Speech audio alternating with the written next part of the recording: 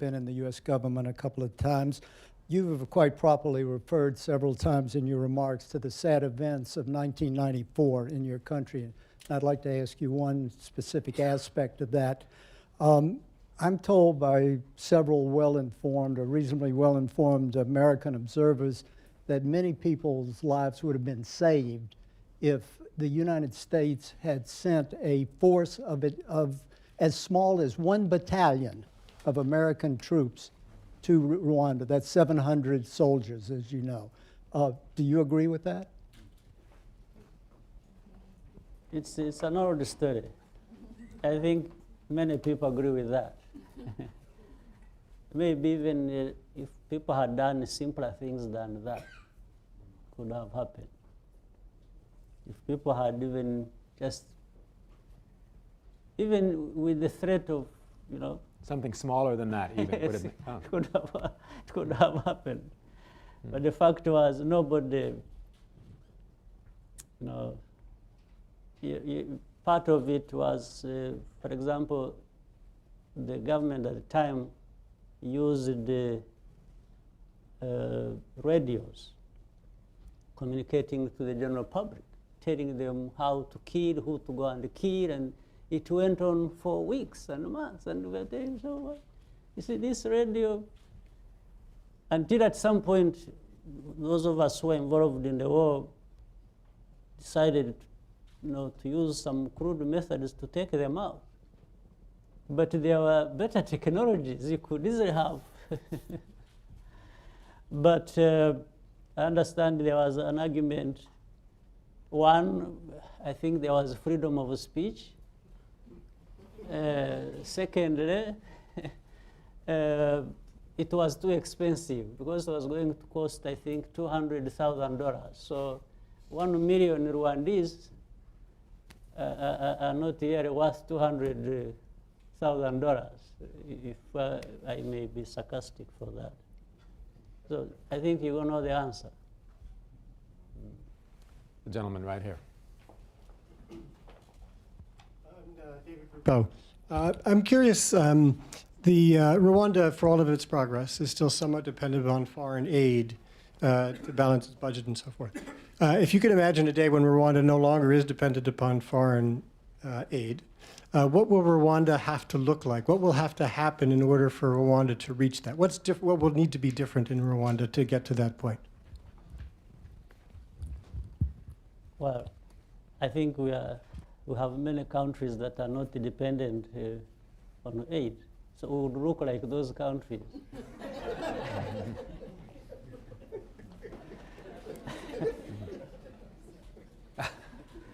Okay, we have only 3 or 4 minutes left. So if we do 2 quick questions, how about that? The gentleman in the bow tie. Yes. Your Excellency, I've served in Rwanda since '99, but as a whole family since 2003.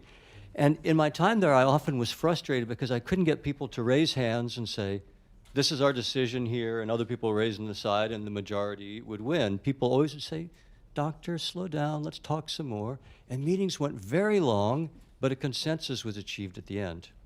And I'm wondering if this is a better explanation for the 98% than many others. If you would agree with that, I think also people look back at '94 and they say, this many people saying yes, this many people saying no.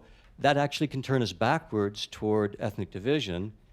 And I'm wondering if the 98% is really a manifestation of the culture as a whole doing elections in the same way that all decisions are made, which is usually by people coming together at one accord. I'm not sure. Huh? I think it's about consensus, maybe. It's about consensus, but it's about many things. It's not one explanation. There is something else. In fact, we have other political groups operating in Rwanda. But the problem they face, I really sympathize with them. The things people would run,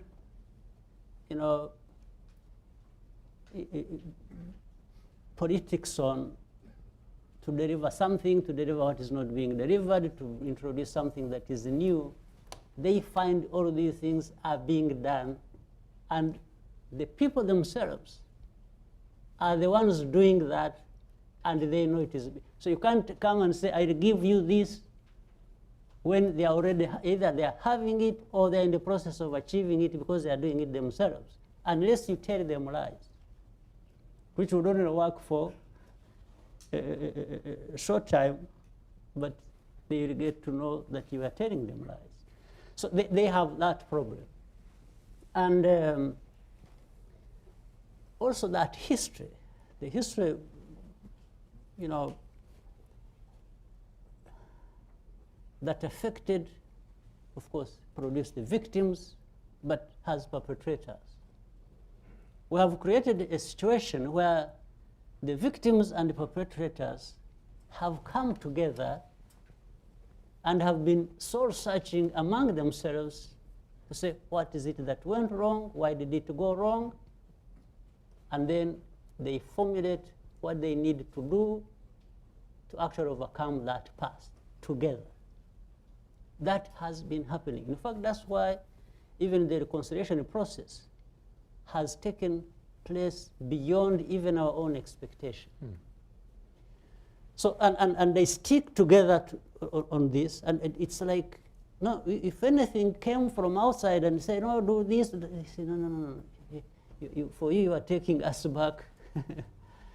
Yes, we have found an answer within us and among us, and this is where we're going to stay. It's very interesting. There are many things, I think those who study these societies, you're welcome. There are more things you can discover in that place. Something else.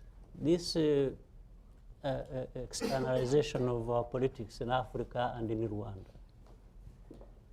You know, the moment somebody from outside says, no, this Kagame must go, and they don't know they are making a big mistake.